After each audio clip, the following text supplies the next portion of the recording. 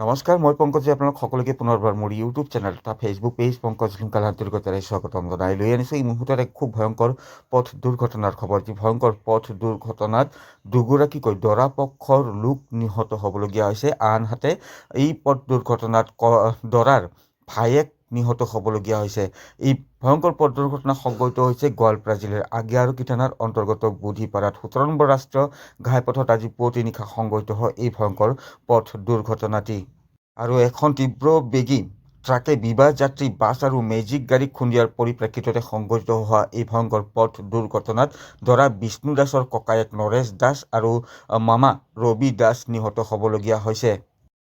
আৰু গোলকগঞ্জৰ উত্তৰ ৰায়পুৰৰ বিষ্ণু দাস নামৰ যুৱকজনে গোৱালপাৰাৰ আগিয়াৰকী থানাৰ অন্তৰ্গত বুধিপাৰাত বিবাহ কৰিবলৈ আহিছিল আৰু তেনে সময়তে নিশাৰ ভাগত দৰা পক্ষৰ দুই এজন যুৱকৰ কইনা পক্ষৰ লোকৰ সৈতে কাজিয়াৰ সূত্ৰপাত হয় আৰু সেই কাজিয়া যাতে আৰু অধিক ভয়ংকৰ নহয় তাৰ বাবে কইনা পক্ষৰ লোকে দৰা পক্ষৰ সেই যুৱকজনৰ বিষয়ে আগিয়া আৰক্ষীক খবৰ দিয়ে আৰু আগিয়া আৰক্ষীয়ে দৰা পক্ষৰ সেই যুৱকজনক আটক কৰি থানালৈ লৈ আহে।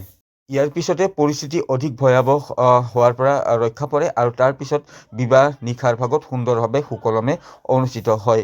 কিন্তু ৰাতিপুৱাৰ ভাগত যেতিয়া বিবাহ সম্পন্ন হোৱাৰ পিছত দৰা বিষ্ণু দাসে কইনাক লৈ ঘৰমুৱা হৈছিল, তেনে সময়তে নিশাৰ ভাগত তেওঁলোকৰ যি লোকক আগিয়া আৰক্ষীয়ে লৈ আনিছিল সেই লোকজনক লৈ যোৱাৰ বাবে তেওঁলোকে আগিয়া আৰক্ষী থানাৰ অন্তৰ্গত আগিয়া আৰক্ষী থানাৰ ওচৰতে তেওঁলোকৰ লগত অহা আচলতে বাছ আৰু মেজিক বাহনখন ৰখাই তেওঁলোকে আগিয়া আৰক্ষীৰ লগত যোগাযোগ কৰি আছিল যাতে দৰা পক্ষৰ সেই যুৱকজনক যিজন যুৱকক আৰক্ষীয়ে লৈ আনিছে তেওঁকো যাতে একেলগে লৈ যাব পাৰে।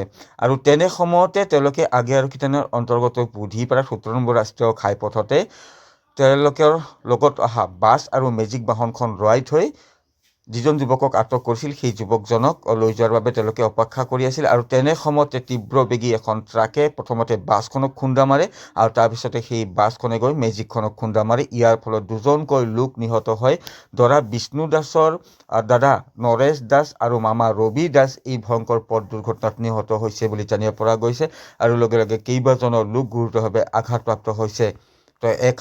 এক ভয়ংকৰ পথ দুৰ্ঘটনা। প্ৰথম অৱস্থাত কইনা ঘৰত দৰা পক্ষৰ যুৱক আৰু কইনা পক্ষৰ লোকৰ মাজত মাৰপিট, তাৰপিছতে আৰক্ষী উপস্থিত হয়, আৰক্ষীয়ে যুৱকজনক লৈ আনে। বিবাহ সম্পন্ন হোৱাৰ পিছত যুৱকজনক লৈ যোৱাৰ বাবে যেতিয়া দৰা পক্ষৰ বাহন আগিয়া আৰক্ষী থানাৰ পৰা কিছু নিলগত ৰখাই থৈছিল তেওঁলোকৰ বাছ আৰু মেজিক, তেনে সময়তে তীব্ৰ বেগী ট্ৰাকে প্ৰথমতে বাছখনক আৰু বাছখনে গৈ মেজিকখনক খুন্দা মাৰে। ইয়াৰ ফলত দুজনকৈ লোক নিহত হৈছে।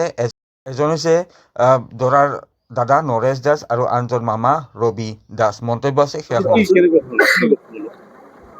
তাৰমানে বিয়া ভালে ভালে হৈছে। আমি সম্পূৰ্ণ মাল বাতৰা চব গাড়ী উঠাই আনিছোঁ।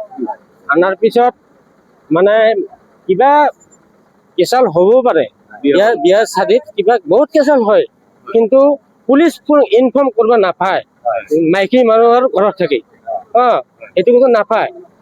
তাৰো ছোৱালীৰ কথা ভাবা লাগে।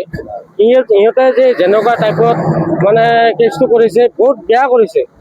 তাৰ ল'ৰা মাইকীৰো চিন্তা কৰিব লাগিছিল যে আমি যে বিয়া পাতি দিলোঁ, সিহঁতক যদি আমি জেলত ভৰাই দিওঁ তেতিয়া কি হ'ব মোৰ ছোৱালীটোৰ পিছত, এইটো চিন্তা কৰিব লাগিছিল। সিহঁতে চিন্তা নকৰি কাৰণে পুলিচ মাতি লৈছে। পুলিচ মাতি লোৱাতে আমাৰ ল'ৰা এটা উঠাই লৈ গৈছে। উঠাই লৈ যাওঁতে আমি মানে চিন্তাত পৰি গ'লোঁ, ইমান মানুহ আছোঁ। তাৰপিছত এই এটা ল'ৰাক যে আমি কেনেকুৱা থানাত গুচি এৰি থৈ যাম, এইটো আমাৰ মানে চব কেইটাৰে মানে মনত বহুত চিন্তা আহি গৈছে। তাৰপিছত আমি গাড়ী এটা ৰখাই ৰাখিছোঁ, এই বৰৰ গাড়ী।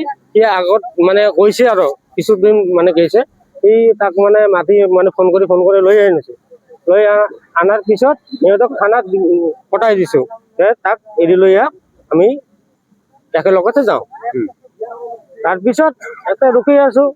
ইয়াতে এই পিছফালে আহি ট্ৰাকখন পুৰা খুন্দা মাৰি দিছে।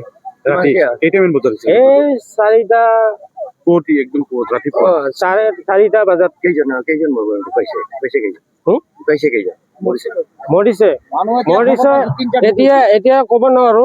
এনেতো আমি ইয়াতে চাইছো 3জন ডেথে, আহত কিমানজন হৈছে? আহত আৰু 2-3জন মানে 7-8জন হৈছে আৰু আহত। কিমানজন মানুহ আছিলে বাছত? বাছত মেক্সিমাম মোটামুটি আপোনাৰ 35-36 জনেৰ মতন নিচে হবো। আচ্ছা চালু আছে। তিনিখনকৈ আল্ট্ৰা বাছসহ সৰ্বমুঠ 25টাকৈ উপহাৰ থকা এক বৃহৎ উপহাৰ কুপনৰ খেল অনুষ্ঠিত হ'বলৈ গৈ আছে বজালিত। আৰু বজালিৰ পাটাচাৰ কুস্তি 2025-26 বৰ্ষৰ উপহাৰ কুপনৰ খেল অনুষ্ঠিত কৰিবলৈ গৈ থকা হৈছে অহা 17 ফেব্ৰুৱাৰীত। প্ৰাগজ্যোতি ক্লাবৰ বহুমুখী আঁচনি ৰূপায়ণৰ সাহায্যতে এই উপহাৰ গোপনৰ খেলখন অনুষ্ঠিত কৰা হৈছে, য'ত 3খনকৈ আল্ট্ৰা বাছসহ আছে সৰ্বমুঠ 25টাকৈ প্ৰাইজ। টিকেটৰ মূল্য মাত্ৰ 100 টকা। আৰু অহা ফেব্ৰুৱাৰীত 17 তাৰিখে অনুষ্ঠিত হ'বলৈ গৈ আছে বৃহৎ উপহাৰ কুপনৰ খেলখন। 7টাকৈ চিৰিজৰ খেল অনুষ্ঠিত হ'ব আৰু মোৰ লগত 7টাকৈ চিৰিজৰে টিকেট আছে। 1 আছে, 2 আছে, 3 আছে, 4 আছে, 5 আছে, 6 আছে, 7 আছে।